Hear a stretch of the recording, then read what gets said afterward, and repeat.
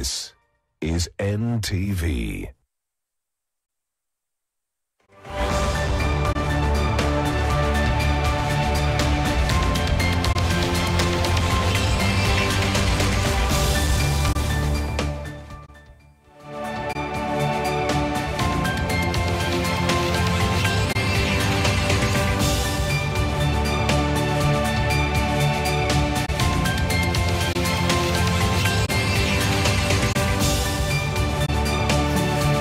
Mtazamaji wangu, ni siku nyingine ambayo tunakuletea taarifa za vijijini kutoka katika kaunti tofauti.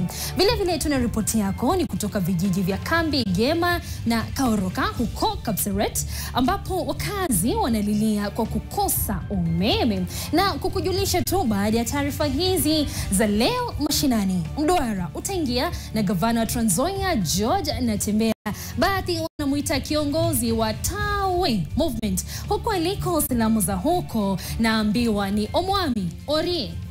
Sijui kama ananisikia gavana, naambiwa atajibu hayo na mengine katika mahojiano na Lofty Matambo, lakini kwanza tujue nimekuandalia nini. Mimi nahodha wako wa NTV mashinani jioni ya leo.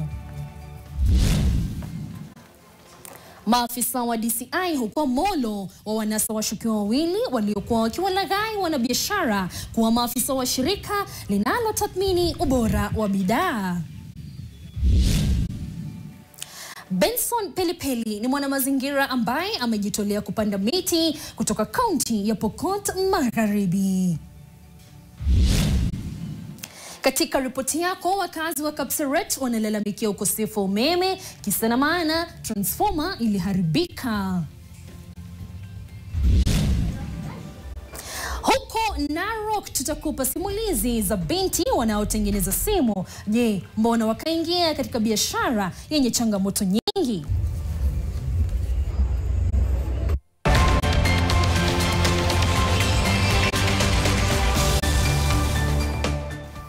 Mtazamaji wangu, kama ilivyo ada, tuanze na makuu ya kitaifa. Na Rais William Ruto leo ameongoza shughuli ya kuapisha mawaziri wawili na makatibu wapya 14 katika ikulu ya Nairobi. Mawaziri hao ni Geoffrey Ruku wa utumishi wa umma na mwenzake wa jinsia Hannah Cheptumo.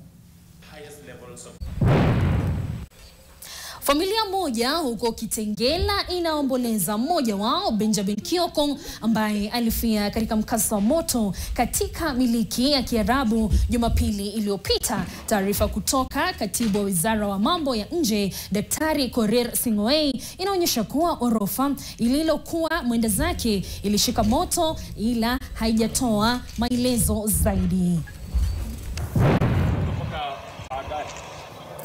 Hazina ya kitaifa ya utafiti kupitia mwenyekiti wake Profesa Ratemo Micheka imeongoza mchakato wa kupanda miche ya miti katika chuo kikuu cha Turkana. Micheka amesema kuwa hatua hiyo inalenga kufikisha idadi inayotaka serikali ili kukabiliana na mabadiliko ya anga.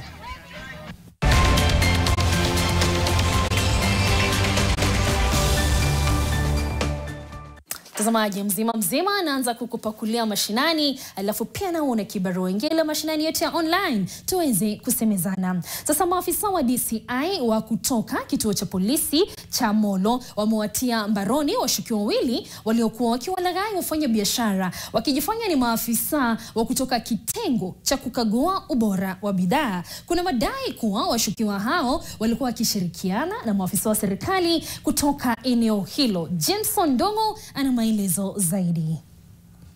Maafisa wa DCI wa kutoka kituo hiki cha Molo wamewatia mbaroni washukiwa wawili ambao walikuwa wanajifanya wa kutoka kitengo cha kukagua ubora wa bidhaa. Cha kushangaza ni kuwa waragai hao walikuwa wameungana na maafisa wa kutoka kituo hiki na wakawatia mbaroni zaidi ya wanabiashara 10 ambao walishwa pesa na kisha wakaachiliwa bila ya kufikishwa mahakamani. Mnamo Jumatatu tarehe 14 kulikuja watu watatu, msichana mmoja na wanaume mmoja akiwa askari, na mwingine akaniambia yeye ametoka kwa kitengo cha Consumer Protection Unit. Wakaniambia wanataka kusearch duka yangu. Nikawaambia ni sawa, sababu walikuwa na kitambulisho. Wakati wa research walipata unga yenye ilikuwa imepitisha siku. Wakaniambia tubebe hizo unga tukuje nazo. Lakini tukiwa kwa njia wakaniambia ninaweka bond ya 50,000 ndio kesho yake tuende kotini. Nikawaambia sina, na wakati nilikosa walikuja wakanileta hapa ndani. Tulipofika huko waniuliza niko na nini. Nikauliza kuhusu nini, wakaniambia ukipelekwa kotini fine ni 50,000. Kwa hivyo kama uko na kitu kile ambacho uko nacho utoe. Na hawa ni wajamaa wale ambao walikuwa wamekuja na polisi, lakini hakuna askari aliuliza mambo ya pesa. Hawa wajamaa nikaongea na mmoja wao wakachukua 20,000. Kwa hivyo ile kitu mimi nahitaji ni pesa zangu. Sisi kama wafanyabiashara tumekasirika sana, na wale watu wametukasirisha sana ni administration wetu, kwa sababu hao ndio wanastahili kutu guide, na hao ndio wanasimamia hao watu wenye ni hawaharifu. Hii police station ya Molo, tafadhali wajaribu kusaidia wafanyikazi juu tumesumbuliwa kabisa na hao watu wakora. Tulikuwa tunafikiria ni watu genuine, lakini wamegundulika kuwa ni wakora. Nikiripotia NTV mashinani kutoka eneo bunge la Molo. Jina langu ni Jimson Ndongo.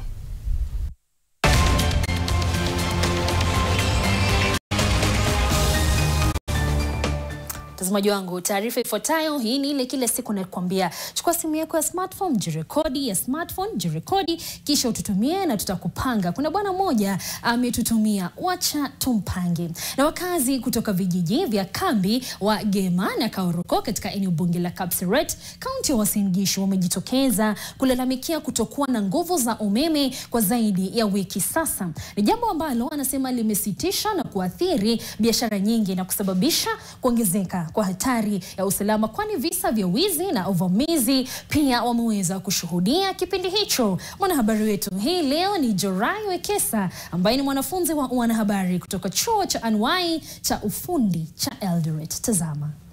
Naomba watu wa Kenya Power wakuje watusaidie, watuletee transformer ndio iliweza kupata shida. Ni Lucy Ngendo, mfanyabiashara na mmoja wa wakazi wa kambi wa Gema, mtaa wa Langas, kaunti ya Uasin Gishu, akilalamikia ukosefu wa umeme ambao umedumu kwa muda wa takriban mwezi mmoja sasa. Akiwa ni mfanyabiashara hapa, mbali na giza kwake, umeme umemletea hasara chungu nzima, na hata shule zinapokaribia kufunguliwa, Lucy bado yupo katika njia panda. Tunalipia nyumba, hatuna pesa ya kulipia muda kwa hizo miezi 3. Pesa nitatoa wapi ya kulipia rent? Watoto wetu wanahangaika, shule ziko karibu kufunguliwa, hatuna pesa, tutatoa wapi pesa? Licha ya wao kuchukua hatua za dharura na kupeleka malalamishi kwa shirika la umeme nchini Kenya Power, majibu ya ngoja inaendelea kuwaumiza matumbo. Watu wanaumia, kazi pande hizi zimesimama, watu wanashindwa wataanzia wapi. So tunaomba tu tushughulikiwe. Hata sisi mahali hapa tuko na visiagi mahali hapa, watu sasa wanashindwa mahali ambapo vile watapata hata unga. Unakuta mtu ako na mahindi kwa nyumba lakini atalala njaa. Ikuwa ni mwezi mmoja ya wakazi wa kambi wa Gema na Kauroko kuishi katika giza, wanaweza kuiomba serikali kuingilia kati ili umeme wao uweze kurejeshwa, kwa sababu imechangia kudorora kwa usalama eneo hili. Nikiripotia NTV mashinani, langu jina Jorai Wekesa.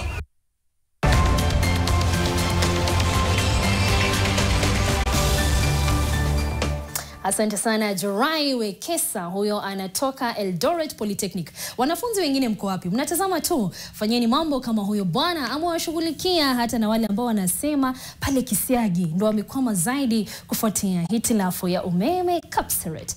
Tusonge mbele, na kuna mwana mazingira mmoja kutoka kaunti ya Pokot Magharibi ambaye anajivunia kupanda miti zaidi ya 15,000 tangu azaliwe. Mwana mazingira huyo mwenye umri wa miaka 40 amehakikisha kuwa anapanda mti kila siku ili kukabiliana na athari za mabadiliko ya tabia nchi. Pelipeli hutumia karatasi na vifaa vilivyotumika kupanda miche za miti. Na mwanahabari wetu Oscar Kakayo Masega alimtembelea mwana mazingira huyo. Tazama.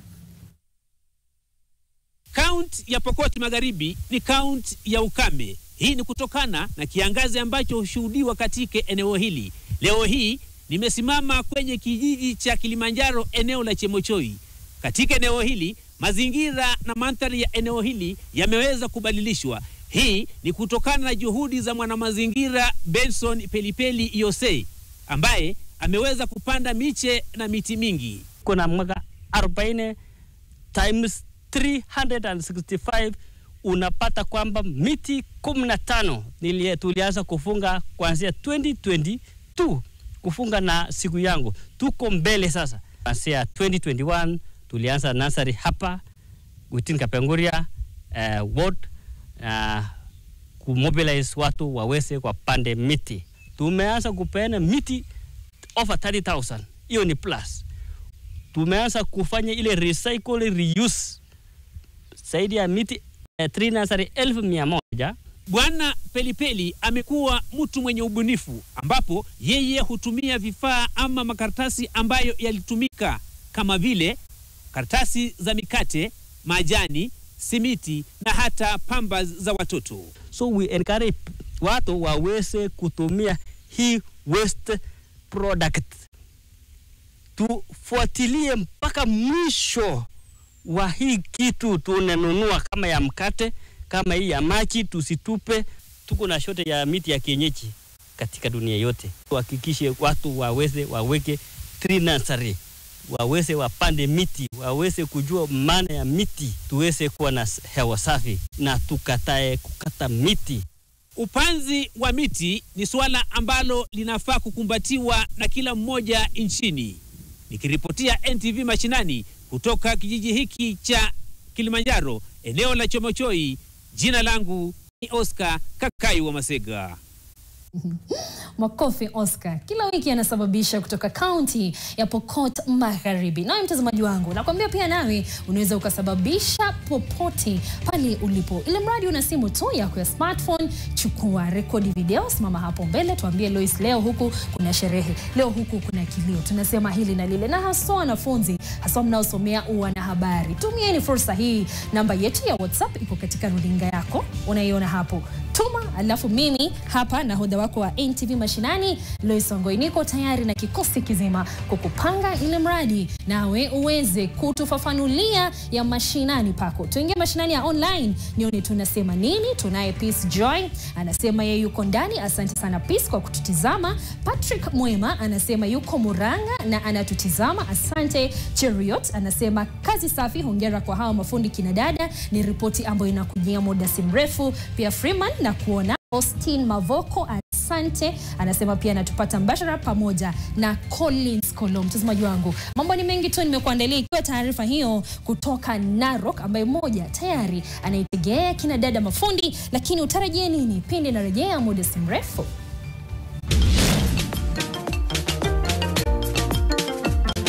Atakaye tufungia leo mashinani ni bwana huyu na ubingwa wake kucheza juu ya ngazi.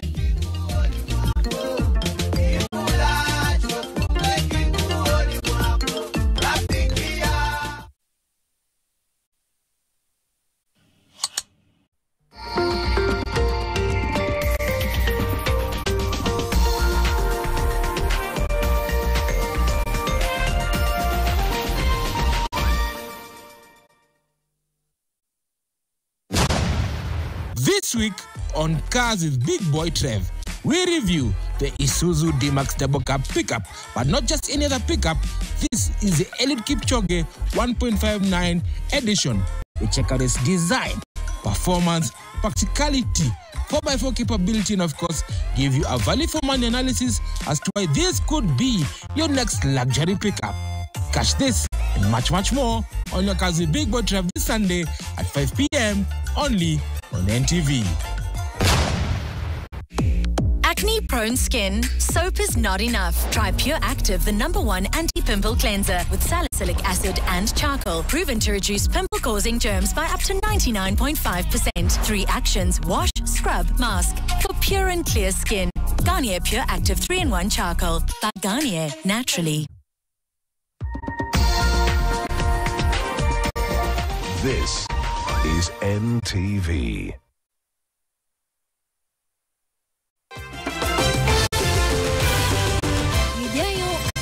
NTV jioni. He definitely embarrassed the community and the county, and we are demanding from him to apologize.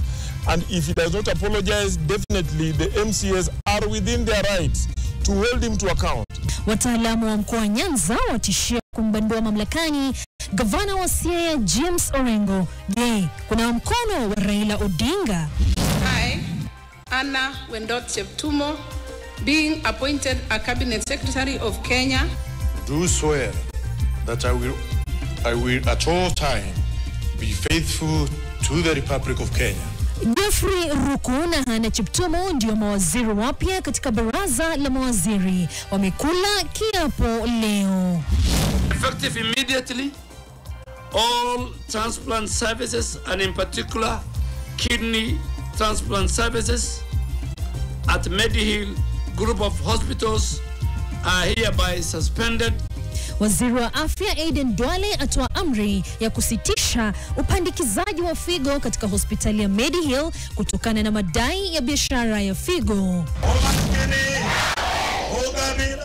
Na Ena Luya ambaye anaweka hope zake kwa Wetangula na kwa Mudavadi, hiyo umepiga miss. Katika mduara hii leo anapanda jukwani gavana wa Trans Nzoia George Natembeya, ni mkosoaji mkuu wa serikali.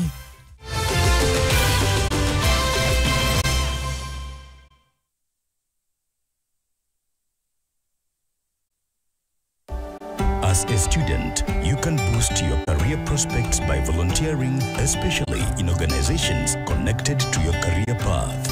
At Park University, we provide holistic training to our students by integrating theoretical knowledge with the requisite practical skills through online and in-person teaching mode. Join us today. Park University, where leaders are made. Nivea Black and White Deal, now with 72-hour protection. But what does that mean? 3 cities in 3 days and no fear of sweat. 120 dances with skin as smooth as the moves. Sweat, stain, and skin protection. Nivea Black and White Deal. Skin is for embracing life. Nivea is for skin.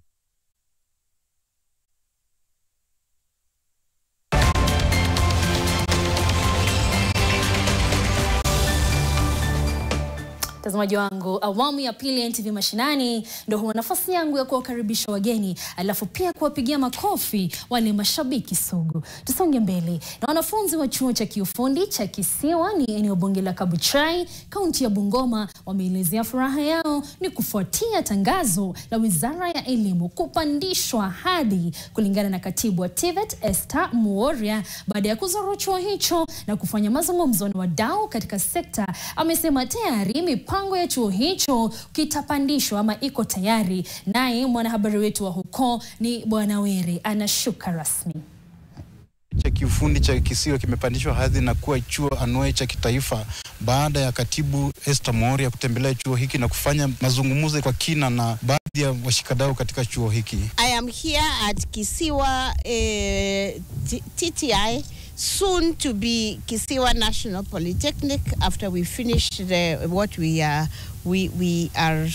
doing the legal frameworks that we are doing to make it a national polytechnic. We are urging the government, more so the county government of Bungoma, in conjunction with the national government, to at least improve the infrastructure of the school. I believe that if we're gonna go like this way, our school gonna be well as much as we can. Tunatarajia kwamba safari ya PS imezaa matunda hapa inaweza kuzalia matunda hapa ndani. Tunatarajia kwamba shule itakuwa expanded na pia mambo yale ambayo tumekuwa tunakosa hapa ndani yatakuwa sorted na serikali. Vile vile tukiangalia haswa Kisiwa TTI kwa sasa, Kisiwa National Poly kwa sasa, numbers iko juu ukilinganisha na technical zingine, na tunatumai kwamba tunaenda kupewa full support kwa serikali. Ukiangalia pia means of transport, shule haina basi, barabara pia ni mbaya. Tunatarajia kwamba PS pia amepitia hapa na ameona changamoto ambazo shule imekuwa inapitia. Hii shule yetu vile nenda kusonga, tunaenda kupata wanafunzi kutoka maeneo tofauti. Na tukipata wanafunzi kutoka maeneo tofauti, tutasoma vitu mingi sana kutoka kwa wanafunzi wenye wametoka maeneo tofauti. Alafu kwa courses, tutakuwa tunafanya courses zile kubwa kubwa, hata kama higher diplomas tunaenda kupata. Augustine Were, NTV Mashinani kutoka kaunti ya Bungoma. Na wakazi wa eneo la Njambini huko Langas jijini Eldoret wamejitokeza kulalamikia hali mbovu ya mabomba ya maji taka wanayolalamikia kufurika wakati huu wa mvua na kuelekea kwa makazi yao, ni jambo ambalo limesababisha magonjwa na hata kifo cha mmoja mkazi. Tazama. Hali mbaya ya sewage ambayo imetoka upande huu wa Langas, once ikiblock, hiyo uchafu yote inaelekezwa upande wa Njambini, na tumelalamika more than 10 years kuhusu hii blockages ya sewage, na watu ni wagonjwa ni kwa sababu ya uchafu huu ambao umeelekezwa upande huu wa Njambini. Na ni kijana mdogo ambaye amefariki, na alikuwa IT manager, alikuwa anafanya kazi ya IT na ameweza kufa. Kama hii sewage haingekuwa inatoka, ule kijana labda angekuwa kwa ile mtaro na angeweza kupatikana asubuhi yake, either ameumia, angekuwa referral, lakini amekufa. Watu wote unaona ni familia, wako na majungu kwa sababu ya hii sewage. Lakini hata postmortem results inaonyesha ya kwamba Thiong'o walifariki ni kwa sababu ya kukunywa sewage. Kwa hivyo hii sewage ndio imetumalizia mmoja wetu. Mitaro ambayo tulichimbiwa, hiyo mitaro sio standard. Mitaro ilichimbwa deep, alafu culverts ziko juu. Ile inafanya ya kwamba maji haiwezi kuteremka inavyotakikana. Sewage hii ikikuja inanyamaza kwa mitaro. Umbu imezaliwa kule. Watu wanagonjeka malaria. Watu wanalala wakiumwa na vichwa na pia tumbo. Hata kolera wengine wako nayo. Ng'ombe zetu zinakula nyazi ambayo ni contaminated sababu ya hiki kinyezi. Watu walali, watoto hawalali, magonjwa ni mengi. Pia tunaona watu hapa chini wameanza kufunga hiyo sewage, wanakuza mboga, hizo mboga pia zinarudi Langas. Kwa hivyo hii sewage si ati hatusemi madhara ni kwa watu ya Njambini peke yake. Hii madhara iko kila mahali.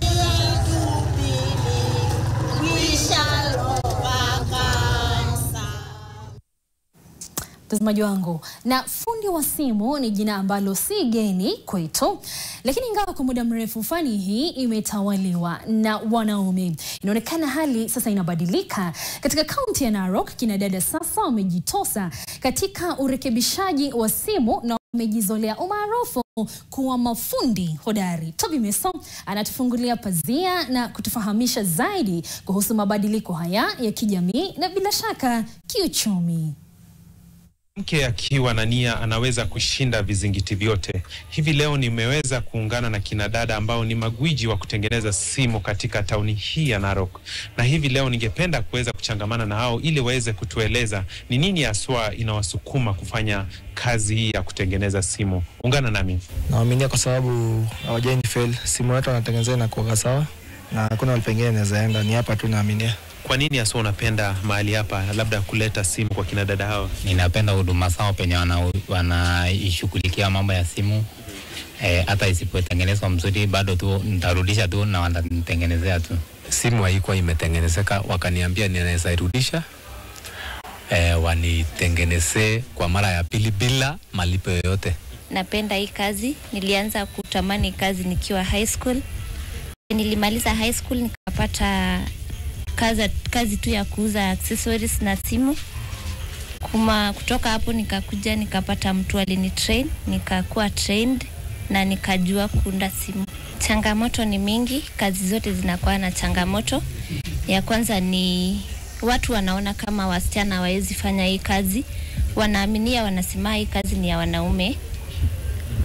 Na wanasema pia wasichana hawawezi fanya kazi kama hizi juu kazi ni ya wanaume. Sasa hii wengi hawawezi amini msichana anaweza fanya hii kazi vizuri. Nilianza hii kazi like 3 years ago after high school. Niligrow to interest, but I think tulianza tu the same naye kama sales. Alafu ile kukaa na wanaume kwa kazi nini nikagrow hiyo interest, wakanifunza tu pole pole, nikajipata hivyo kufix. Changamoto yenye iko ni kuconvince customer ati unaweza tengeneza the same way mwanaume anaweza tengeneza. So kukupatia hiyo chance, anakupatia akiwa 50 50-50, but the moment akishaona product yako umetengeneza vizuri, anaweza kuletea hata pia customer wengine. Ningependa tu ku encourage kama ni kitu wenye unaona kama unaweza kuwa passion nayo, unaweza kuwa nayo passion, kuwa na confidence, ujiaminie, na kila mtu atakupatia. Kama ukiweza kuja hapa utuambie ati naweza taka niko na interest nataka kulearn, definitely tunaweza kufunza pia kama vile sisi tulilearn. Wakati mwingine mnaponipata labda sipatikani huko mashinani, labda simu yangu hiko mahali hapa ikitengenezwa, lakini kwa sasa ni hayo tu kutoka kaunti hii ya Narok. Kwako studio Lois. Asante sana Toby Meso, mhariri wangu na Biso anasema, lakini mara nyingine unasingizia simu tu ili mradi ufike pale kwa wale mabinti. Kazi Kunto, mtazamaji wangu, toke mashinani ya Narok tuingie mashinani yetu ya online tuone mnasema nini. Tunaye Patrick Mwema anasema Kazi Kunto kama anasema nikose NTV mashinani. Niwe wapi jamani? Asante sana. Tunaye na Bea Daniel, anasema anatutizama wakiwa na Peace na Joy wako pale Atlanta. Asante. Winnie Mangs anasema anatutizama pia mubashara kutoka Kipipiri ambapo anasema ni shamba la baridi. Tunakifukuza na taarifa za NTV mashinani. Richard Saka anasema nimeona mtu mmoja namjua akiripoti. Kudos kaka. Emmanuel Wanga asante pamoja na John Youth. Tuingie katika mtandao wa WhatsApp tuone mnasema nini. Huyu anasema mimi naitwa Godi ama Baba Joy. Nasikiliza nikiwa LD eneo la Huruma. Asante Baba Joy, mgote pia Joy na Mama Joy. Tuna mwingine anasema mambo shwari, habari fasaha za kiufasaha nikiwa hapa Kiambu, mwana wa Masika. Asante mwana wa Masika, na pia uweze kumsalimu huyo Masika. Mtazamaji wangu, umefikia masaa yangu ya kuondoka studioni, lakini kila siku ikifikia mwisho wa NTV mashinani na kuambia asante sana kuniagiza lako sikio na jicho, na sasa ni masaa yangu ya kukuacha na kitu kizuri cha kufurahia nikiondoka. Na katika tukafunge leo kuna bwana mmoja ambaye kijijini watu watamuita hatari kwa usalama. Hebu tutazame hivi vipindi tukafunge jamani.